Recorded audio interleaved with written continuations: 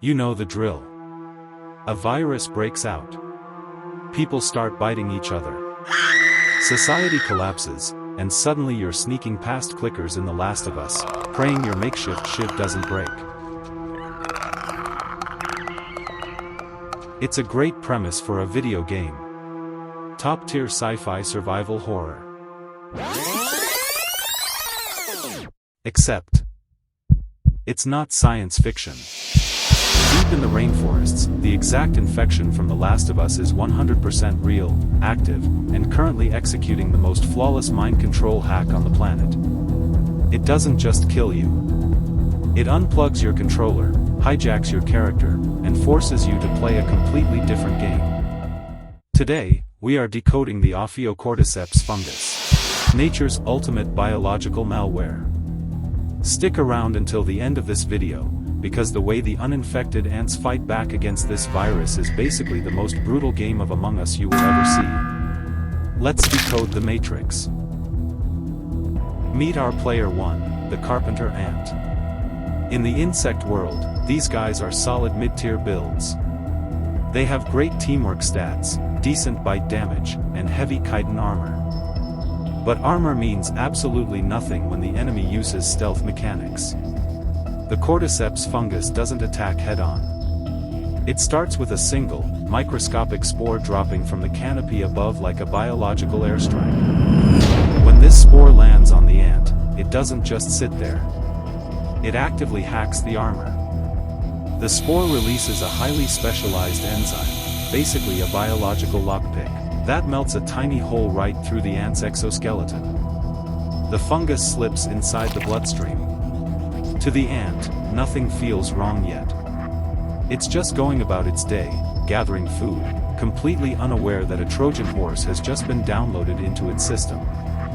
Inside the ant, the fungus starts multiplying, growing as a network of tubes. But here is where this parasite goes from gross to terrifying. It doesn't just consume the ant for food. It wants the wheel. The fungus targets the ant's muscles. It weaves its network through the legs, the jaw, and the neck. But, and this is the absolute craziest part of this evolutionary glitch, it builds a literal chemical wall around the ant's brain. It leaves the brain entirely intact. Why? Because it needs the ant to stay alive and conscious so it can use its senses to navigate. You know that feeling when your controller dies in the middle of a boss fight, but you still have to sit there and watch your character get absolutely wrecked? That is exactly what this ant is experiencing. It is fully conscious, completely trapped inside its own body, while a fungus pilots it like a stolen mech suit. The ant's brain is screaming, trying to send movement commands, but its ping just spiked to 67,000. It's over. The fungus executes Order 6-7. The ant separates from its colony and begins a lonely, forced march into the shadows. The fungus isn't just making the ant walk randomly. It has a highly specific quest marker. Cordyceps needs very specific environmental conditions to grow, exactly the right humidity, exactly the right temperature. The parasite literally drives the ant exactly 25 centimeters off the forest floor. It usually forces the ant to position itself on the underside of a leaf that is facing north or northwest. The precision is insane. It's like nature programmed a perfect set of coordinates into the virus. Once the ant reaches the perfect spot, the parasite initiates the final phase of its takeover, the death grip. The fungus floods the ant's jaw muscles with chemicals, forcing it to bite down on the main vein of the leaf with maximum force. And just to make absolutely sure the ant can't let go, the fungus then dissolves the muscle fibers in the jaw completely. It destroys the mechanism. That ant is now permanently locked to that leaf. It is never moving again. Game over.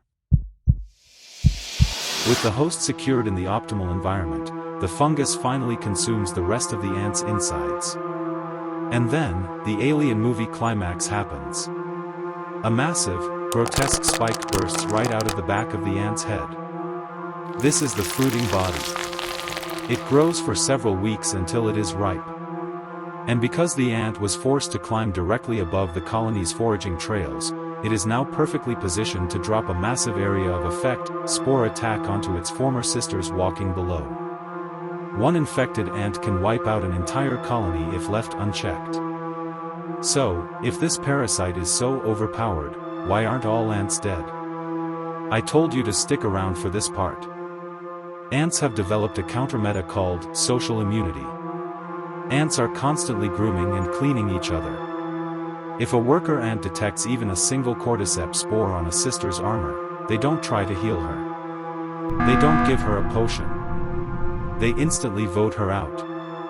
The healthy ants will literally pick up the infected ant, who is kicking and screaming, carry her far, far away from the nest, and dump her in a biological quarantine zone. They sacrifice the one to save the millions. It is brutal, it is efficient, and it is the only reason the ants haven't been completely wiped off the server. The cordyceps fungus proves that reality is way scarier, and way cooler, than any video game we could ever code. Nature's matrix is full of glitches like this. If you want to see more animals that completely break the game, like frogs with radioactive armor or bugs that shoot boiling chemicals, hit that subscribe button. Let me know in the comments what overpowered animal we should decode next.